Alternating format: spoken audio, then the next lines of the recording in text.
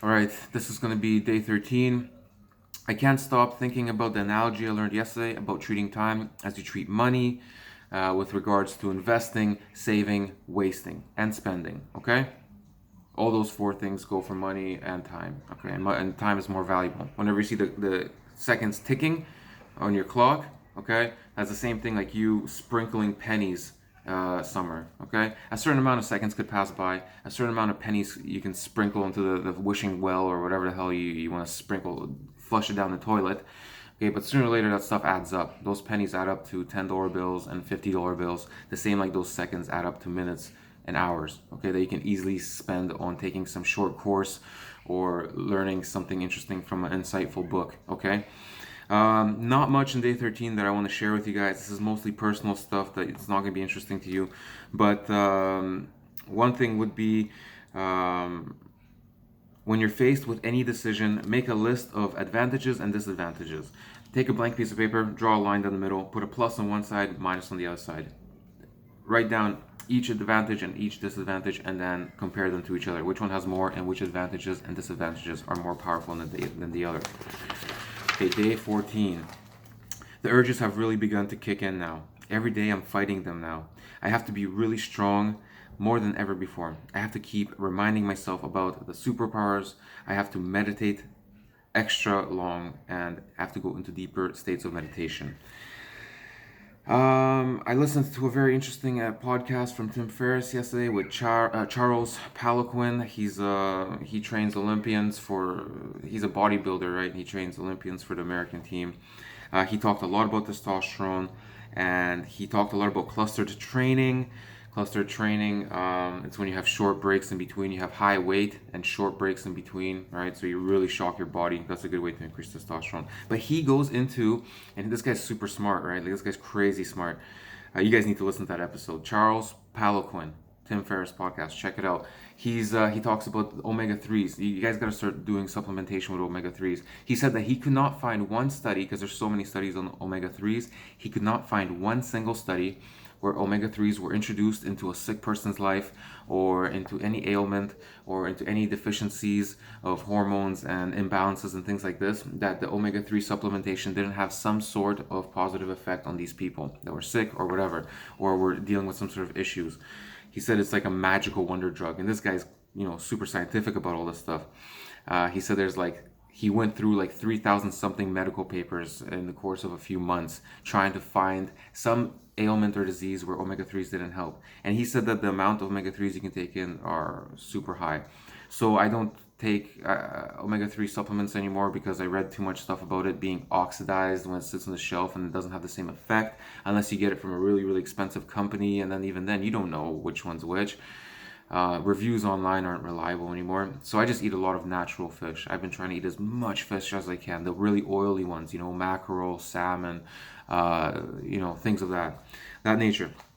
Anyways, back to the journal. Okay, so I'm not wasting time. All is not lost. I can still make something of myself. I'm talking to myself because I'm 32. I have a problem of living in regret, of wasting time of my teens and things like this. Too many parties. Um, okay, so a lot of stuff that's not going to relate to you guys here. Talk to yourself, talk to yourself and reflect on your life. This is, you're like your own therapist. You're basically talking to yourself in these journals, right? Okay, so day 15, flatline may be starting. I feel very slow and unmotivated and have small bouts of depression. Okay. The universe will, if I fuck up right now, the universe will punish me with the way that things are not supposed to be going in my way right now. Okay. Back again, I listened to that podcast episode, the one I talked about the day before, about the omega 3s literally being the cure to at least tremendously helping every major illness in the book. Okay, and then I go further because I'm constantly adding on throughout the day, so my mood is going like this. So now I'm saying I'm highly unmotivated. I will force myself to do something productive, start meditating, trying to motivate myself, power through it. Okay, now I read something interesting in Tools of Titans. and that was Scott Adams, and the way he talked about when he was taking a hypnosis course. And this guy's highly intellectual. He's in like his IQ test puts him in the top like 3% smartest people in the world, and he's a part of some club of these like really exclusive club. Anyways, he's the guy that made the Dilbert comics, right? And he achieved a lot of stuff in his life.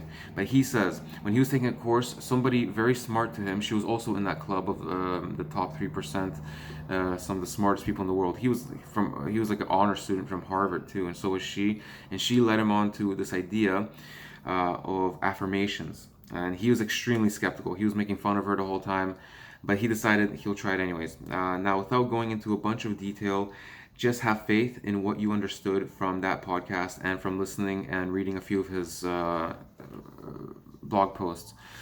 In re-listening to Tim Ferriss's podcast, you pretty much have to write down your goal on paper in the morning 15 times and visualize yourself doing that goal. Crazy, unexpected coincidences will begin happening. So starting today, I will start doing this every morning. Scott also said some weird things began happening on day 7 into the making money through stocks goal that he was writing down, and he predicted his SAT tests on the dot perfectly. And you guys, okay, absolutely don't listen to me, just listen to the Tim Ferriss podcast with Scott Adams, okay, because I'm not doing justice by mangling this, okay. Okay, now another on a different podcast, one of the doctors that Tim Ferriss was interviewing said that journaling is the cheapest form of therapy, and it's a way of cleaning the windshield with windshield wipers. In essence, they mean it makes everything a lot easier to make sense of in your life. Okay, a quote by Warren Buffett that was interesting, that I was reading some of his work. He said, if you let learning lead to knowledge, you become a fool. But if you let learning lead to action, you become wealthy. That's from Warren Buffett, okay? Day 16. I'm highly unmotivated, but I do get random bursts of motivation. This is due to the mild flatline I'm going through, okay? Roller coaster, like I always talk about, you have ups and downs throughout the day. My weight loss results are pretty extreme right now. I will have lost 10 pounds in 2 weeks, and both weigh-ins will be at 3 days of fasting, so water weight will be a very small factor in this. It's crazy how 1 week of bad habits can destroy a month of progress. This is me reflecting on before, how I could gain a ton of weight from partying for a week and just feel like shit, you know. This is me thinking back to Ukraine, when I came back from Ukraine. All right. Okay.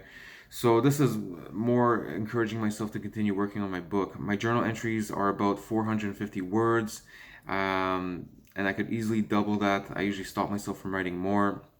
The average novel word count is 80,000 words. This means that if I do 1,000 words a day, within 80 days or so, I can have basically a novel. And this will be a self-development book, a self-help book, to end all self-help books, to take only the meatiest, the most important parts, the most important lessons that have ever been said by any philosopher, any psychologist, any self-help person, any high achiever, and just put it all in one book. Just so there's no excuse ever to buy another self-help or development book ever. This will be like Think and Grow Rich 2.0 for the 2019 version, okay? That's my goal, okay, with writing my book. So at this point, my urges were coming and going all day today, but I was able to overcome them and I attribute this mostly to meditation and journaling and high-intensity cardio exercise. Every relapse I've ever had started in the imagination. Just like Neville Goddard, which is another very famous guy that I almost feel like they're trying to silence him in history, which is really creepy, said everything starts in the imagination. And if you think about it long enough, it will manifest itself. This really isn't some hocus pocus, feeling good hippie shit. It's rooted in modern psychology, so don't simply dismiss it. This is me talking to myself, right? Some extremely intelligent and highly skeptical people have testified it works. You have nothing to lose by practicing it. Okay, so I'm going to end this video here, and I'll take off. We'll continue with the other days after this.